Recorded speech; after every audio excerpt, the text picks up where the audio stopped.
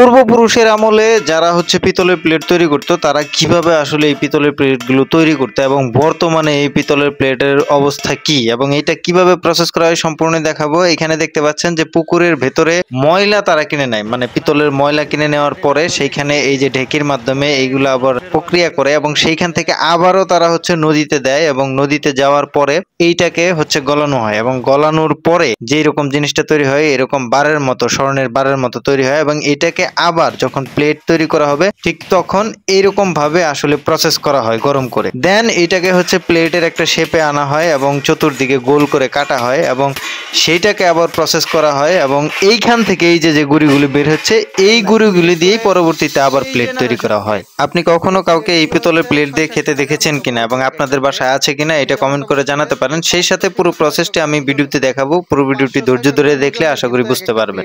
আসসালামু আলাইকুম দর্শক, আমি এখন যে জায়গাটিতে আছি এই জায়গাটিতেই হচ্ছে সেই পিতলের প্লেট তৈরি হচ্ছে, একদম সরাসরি কারখানা বলা চলে। দেখেন এখানে কিন্তু শত শত হাজার হাজার পিতলের প্লেট তৈরি হচ্ছে। হ্যাঁ, এখানে সাইজ করা হচ্ছে আর এইখানে এই যে এই প্লেটের কর্নার বর্ডারগুলো আসলে কাটা হচ্ছে। হ্যাঁ, আর এই যে এইখানে এই যে এইখানে যদি দেখাই তাহলে দেখতে পারবেন যে কত ধরনের ডিজাইনের প্লেট আছে। আমি একজনের সাথে একটু কথা বলবো। আসসালামু আলাইকুম। ওয়ালাইকুম সালাম। চাচা, এখানে কত ডিজাইনের প্লেট হয়? এখানে 2 বা 3 ডিজাইনের প্লেট হয়। 3 ডিজাইনের। এটা তো মূলত শুধু পিতলের প্লেটই হয়। পিতলের প্লেটই হয়। এই যেমন এক ডিজাইন এক ডিজাইন। এই 2 ডিজাইন নাকি? হ্যাঁ হ্যাঁ। আচ্ছা আচ্ছা, এই যে একটা ডিজাইন দেখতে পাচ্ছেন পিতলের, হ্যাঁ, যাদের বাসায় হচ্ছে বাপদাদার আমলে পিতলের প্লেট থাকে তারা দেখতে পারেন। আর এই হচ্ছে আরেকটা ডিজাইন। হ্যাঁ, তো এরকম এই এই সেম শেপেরই প্রায় 2-3টা শেপ হয় এরকম, তাই না? তো এই প্লেটগুলো আপনারা মানে কোন কোন প্রসেসে শেষ করেন? এই যে দর্শক আমি যদি একটু দেখাই, এই যে এখানে যে গুড়িগুলি পড়ছে মানে পিতল পরে প্লেটটা পরিষ্কার করতে গিয়ে যে গুড়িটা বেড়েছে এইটা থেকেই তো আবার ওই প্লেট। জি জি জি। মানে এই জিনিসটা কিন্তু আকর্ষণীয় একটা বিষয় যে এটা কিন্তু অনেকটা হচ্ছে সেই স্বর্ণগ্রামে স্বর্ণের মতোই, মানে ময়লা ধুলা ময়লা থেকে যে স্বর্ণ যেরকম আবার মানে স্বর্ণ তৈরি করা হয় সেম এরকম এইখানেও ধুলোবালি থেকেই এই পিতলের প্লেট তৈরি হচ্ছে। জি জি। আচ্ছা, এই প্লেটগুলো কত করে দাম? এগুলো 1100 টাকা কেজি, তাতে এক একটা 900, 800, 1000, 1200 ওজনের উপরে দাম। ওজনের উপর 1100 টাকা কেজি। ওই হিসেবে আপনারা বেচে কিনে? জি জি জি। এখন কথা হচ্ছে এই যে আপনারা যে কাজটা করতেছেন কত বছর যাবত করতেছেন? এটা প্রায় আমার বয়সে আমি করতেছি প্রায় 20 বছর।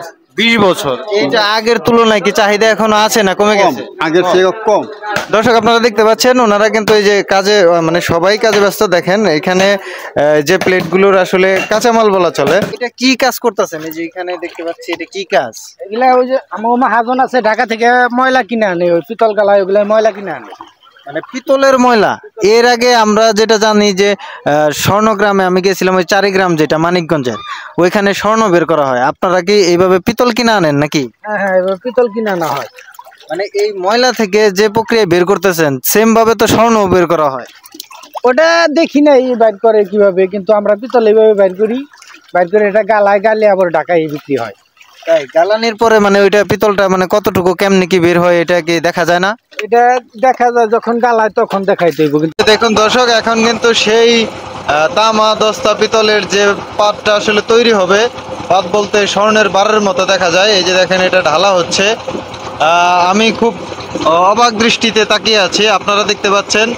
দেখুন এই যে এইখানে কিন্তু এই যে সরাসরি ঢালা হচ্ছে। দেখেন এইখানে সেই স্বর্ণের বারের মতো একটু পরে এটা জমে যাবে এবং জমে গিয়ে তৈরি হবে। দেখেন এটার কালার কিন্তু মানে অনেকটা টিয়া পাখির মতো দেখতে, আর ভিতরের অংশটা একদম সেই স্বর্ণের কালারের মতো দেখতে পাচ্ছেন আপনারা। এটা কিন্তু ঢালা শেষ এবং এরপরে যেরকম হবে এইখানে এই যে বারগুলো সাজানো আছে মানে স্বর্ণের বারের মতো আপনারা দেখতে পাচ্ছেন এরকম হবে। এখানে দেখেন পিতলের প্লেটের কাজ হচ্ছে, এটা কিন্তু ফিনিশিং এর কাজ চলতেছে। আর এখানে যে ছোটখাটো কোনো উঁচা নিচা এগুলো যা আছে এগুলো ঠিক করা হচ্ছে। হ্যাঁ, আর এই পাশে দেখেন, এই পাশে উনি কিন্তু এই যে পুরো প্লেটটি হচ্ছে ঘুরবে গোল হয়ে, তারপরে এখানে কিন্তু এই দেখেন কত সুন্দর চকচকা ঝকঝকা হচ্ছে। আমি যদি প্লেটটা আপনারা দেখেন, এই দেখেন কিভাবে উনি হচ্ছে ধরে ধরে পিতলের প্লেট যারা আসলে এখন পর্যন্ত দেখেন নাই, বিশেষ করে এই জেনারেশনের মানুষজন তো পিতলের প্লেট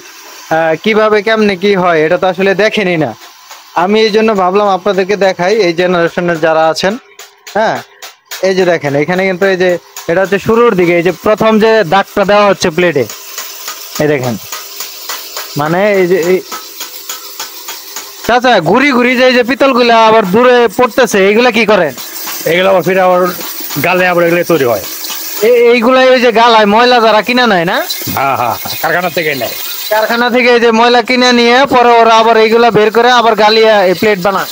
হ্যাঁ হ্যাঁ আর আপনারা শুধু ফিনিশিং দিয়ে বিক্রি করেন? হ্যাঁ, আমরা ফিনিশিং ঢাকা পাঠাই। এই যে দেখেন এইটাই হচ্ছে প্লেট। এই প্লেট গুলো হচ্ছে 600-700 টাকার মতো পড়বে এক একটা প্লেট। উনি যেমনটা বলছিলেন যে 500 থেকে 600 গ্রাম ওজনের, তো 500-600 গ্রাম ওজনের কিন্তু এক একটা প্লেট হয়। আচ্ছা, এই যে বিভিন্ন মেলামাইনের প্লেট, তারপরে হচ্ছে বিভিন্ন এই যে কাচের প্লেট, ওইটার সাথে এই যে এই পিতলের প্লেটের তফাৎ কি? বহু তফাৎ। মানে কি ধরনের তফাৎ? ওইটা কোনো 2 টাকার মূল্য নাই, আর এটা ভাঙা চড়া গেলে ওটার মূল্য আছে। ওইটা দেখি, আর এই গেল ধাতু জাতীয়, এটার মধ্যে খাবার খাইলে অবশ্যই একটু দেহের পক্ষে উপকার আছে। খাবার খাইলে কি ধরনের উপকার আছে? পিতলের প্লেটে খাবার খাইলে এটা খেলে যেমন 1 নম্বরে মনে করেন ঠিক মতো রেগুলার খাইতে পারলো আর গ্যাস্ট্রিকের সম্ভাবনা কম হবে, গ্যাস্ট্রিক হবেই না একরকম। আমরা তো জানি যে পুরাতন মানুষ যারা হচ্ছে বহু আগের দিনের মানুষ, তারাই এই ধরনের পিতলের প্লেটে খায়। প্লেটে তারা প্লেটে কাঁচা পিতল ব্যবহার করছে, তারা বাঁচছে অনেকদিন। এটা একদম বিক্রির জন্য প্রস্তুত নাকি? খাওয়াটা প্রস্তুত। এই হচ্ছে সেই পিতলের প্লেট বিক্রির জন্য যেটা হচ্ছে প্রস্তুত করা আছে। এখন দেখতে পাচ্ছেন কতটা গ্ল্যামার আসতেছে এখানে। আর এই পাশে কিন্তু উল্টা পাশে কিন্তু কালো, এই উল্টা পাশে কালোই থাকবে। ওটা কালো, ওটা ব্যবহার করতে উঠে যাবে, ব্যবহার করতে করতে উঠা যাবে। এই পাশটা কালো হইলো কেন? এটা পুরানো শিখায়, আগের থেকেই। আগে থেকেই না? এটা যখন পিতলটা তৈরি হয়েছে তখনই এমন? তখন থেকেই। নাকি পিতলের প্লেটে এমনই হয়? না, এমনই হয়। আচ্ছা আচ্ছা। তো দর্শক দেখতে পারলেন, এটাই ছিল সেই একদম চকচকা ঝকঝকা হচ্ছে রেডি, প্রস্তুত বিক্রির জন্য। এই হচ্ছে প্লেট, পিতলের প্লেট নিয়ে আসলে এইগুলাই দেখানোর ছিল।